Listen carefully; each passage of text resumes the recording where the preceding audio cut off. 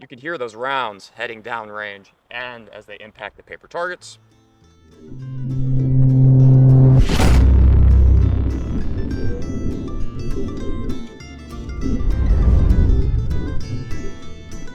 Hey there, Bureau 311, former Marine infantryman, Revolutionary War reenactor, and amateur history enthusiast. And today I'm doing a continuation of the tests I've been conducting on 18th century military cartridges. I will be shooting this. This is a reproduction of a French musket from the model 1766. This was made by Miroku.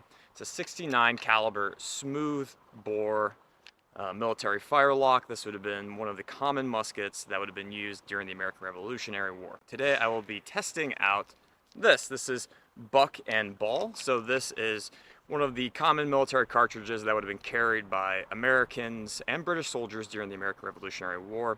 Specifically more so the Americans, but we can talk about that another day. This is made up of 3 buckshot and 1 ball with the powder right here, all pre-packaged. So this buck and ball cartridge is going to be 3 32 caliber balls, 1 31 caliber ball, and about 80 grains of powder in this paper cartridge. I picked up the buck and the ball from Track of the Wolf, and this is 2F powder that is going to be powering our cartridge here today. The course of fire for today is I will be shooting this cartridge 6 times in 2 sets of 3.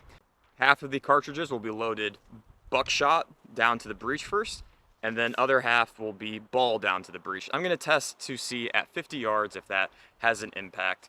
So this is kind of building off my other tests that I've conducted on buck and ball.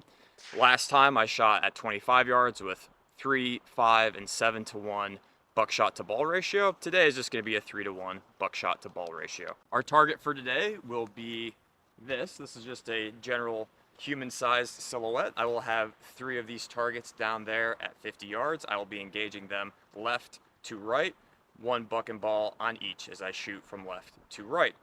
So the goal of today's test is to see at 50 yards how accurate is a 3-in-1 buck and ball. And does it matter if you load buckshot first or ball first? So let's head over to the range and begin our test.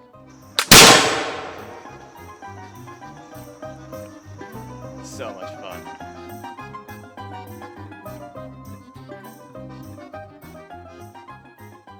So one of the first things I'm going to be doing is I'm going to be clearing out the breech of the musket. I put some oil down it while it is stored. So what I do is just put a little bit of powder down the barrel. That's all the way at the breech. We're going to come over, we're going to prime the pan. And this is just done to clear out the barrel after it's been stored. So fire in the hole. Barrel is clear. Let us begin the test. So let's begin. We will be starting with our buck and ball cartridge right here. We will be biting off the tip of the paper cartridge. We will then pour the powder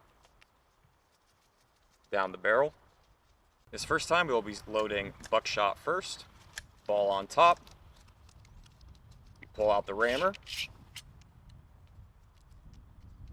That will seat that cartridge to the breech. A couple taps. Return the rammer. Bring out to the present. We go to half cock. I'm going to be using powder to prime my pan. A little bit of powder in the pan. Now the gun is ready to go. So we go from half cock, full cock, take aim. We're going to be aiming at the left target. Fire! First round downrange. Now let's do that 2 more times. So again, pre-made paper cartridge, bite off the top, cast about, powder down the barrel, flip it around, buckshot first, pull the ramrod, ram it down, 1, 2, return rammer, bring the gun up, go to half cock, open, push the hammer forward, prime our pan, close the pan. All right, Let's take our second shot at the middle target.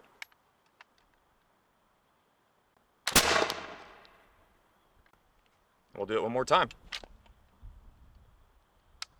As you can see, we have smoke coming out of the touch hole. And I have gotten about 50 shots off with this one flint, so it is doing very well. So cast about, paper cartridge, spit it out, powder down the barrel, buckshot on bottom, ball on top. That paper on the top acts like a wadding. Here we go. Seat the cartridge, return the rammer.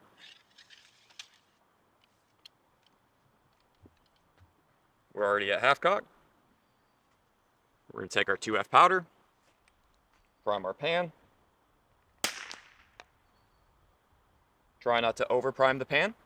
Close the hammer. We are now half cock. We go full cock. Take aim. Target on the far right. Fire.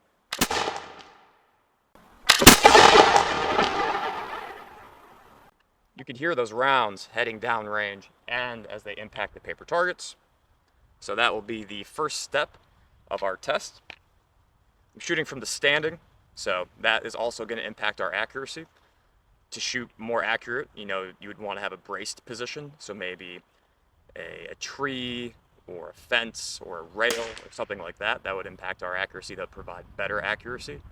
But I'm also taking into account when you are fighting in linear warfare, you're fighting from the standing or the kneeling. So we're going to be taking these shots today from the standing. So let's go down range and see how we did. Okay, here we are down at 50 yards, and let's look over our targets. Again, this is supposed to represent 3 men in formation marching towards you at 50 yards. We have for hits, we have 61 caliber hits on every single target, and only 2 buckshot actually hits our targets down here. So you have a buckshot right here, no buckshot on the middle, and then you have a buckshot over here on your far right target. Target right to the left. And yeah, let's head back out and let's do it with the ball on bottom, buckshot out first. All right, we have completed the first part of this test, and now we have patched up the targets at 50 yards, and we will begin shooting our buck and ball with the ball on bottom and buckshot on top and see if that impacts the accuracy. So let's give you the same procedure. Paper down, ball and buck on top.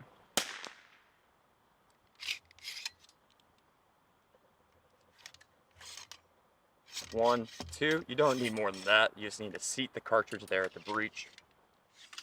The wadding you will not have paper acting as a wadding when you shoot it this way. Prime our pan.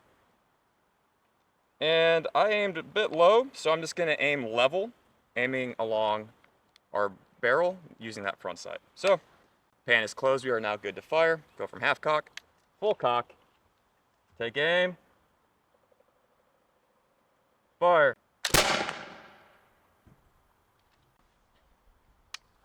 It's always good. Check down, make sure that there's smoke coming out of that touch hole. It's a little harder to load with the buckshot because the buckshot kind of spreads out on the paper, but that could just be how I made my paper cartridge. Ram it down. 1, 2. Return rammer. And the average rate of fire you're trying to get is around 3 rounds per minute. Some units, some men were able to get up to 4 rounds per minute, but that's kind of an aside. It doesn't really matter for today's testing. So let's actually wipe off our pan, clean the steel. You also hear the hammer referred to as the steel. It is not a frizzen. The correct terminology of the time would be a hammer. We prime our pan. We are good to go. Half cock, full cock, middle target.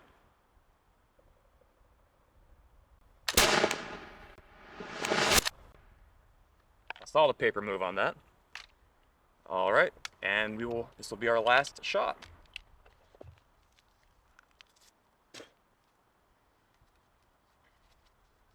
Powder down. Ball on top. As you can see, it's supposed to be hit it with a little bit of energy. 1, 2. All motions are basically in line with each other. Up, back, half cock.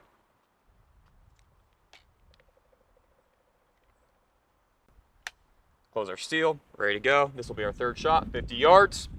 Let's see what we do. Take aim.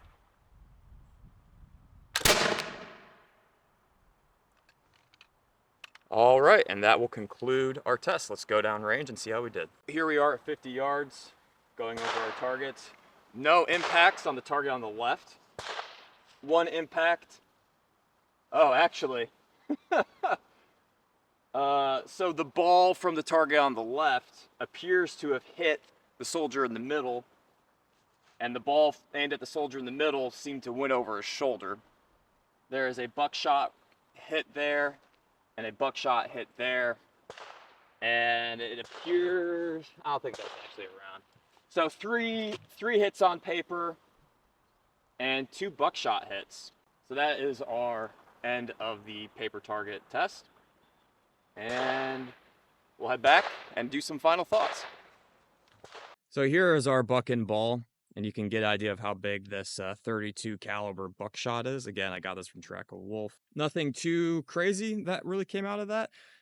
I'll have to continue to run these tests, and I hopefully you follow along, and we'll learn throughout together. I mean, the whole purpose of why I'm doing this is I don't consider myself an expert at all, so I'm just trying to see what happens when we change up the cartridges a little bit, and what would have been the most effective cartridge for the infantryman to have in his cartridge box when he pulls out and he rips it apart.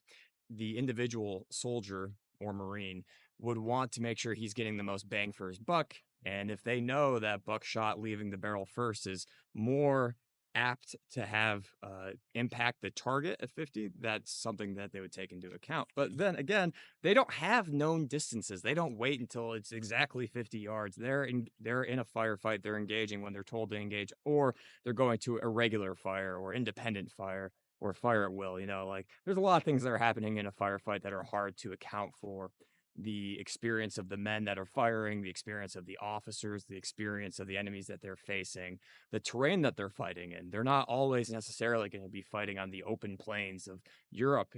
The Battle of Guilford Courthouse happens in rolling hills and in brush such as this, actually, where it's early spring. It happens in March, and they're fighting through a battle like that. So there's lots of things that you have to take into account when looking back at 18th century battles.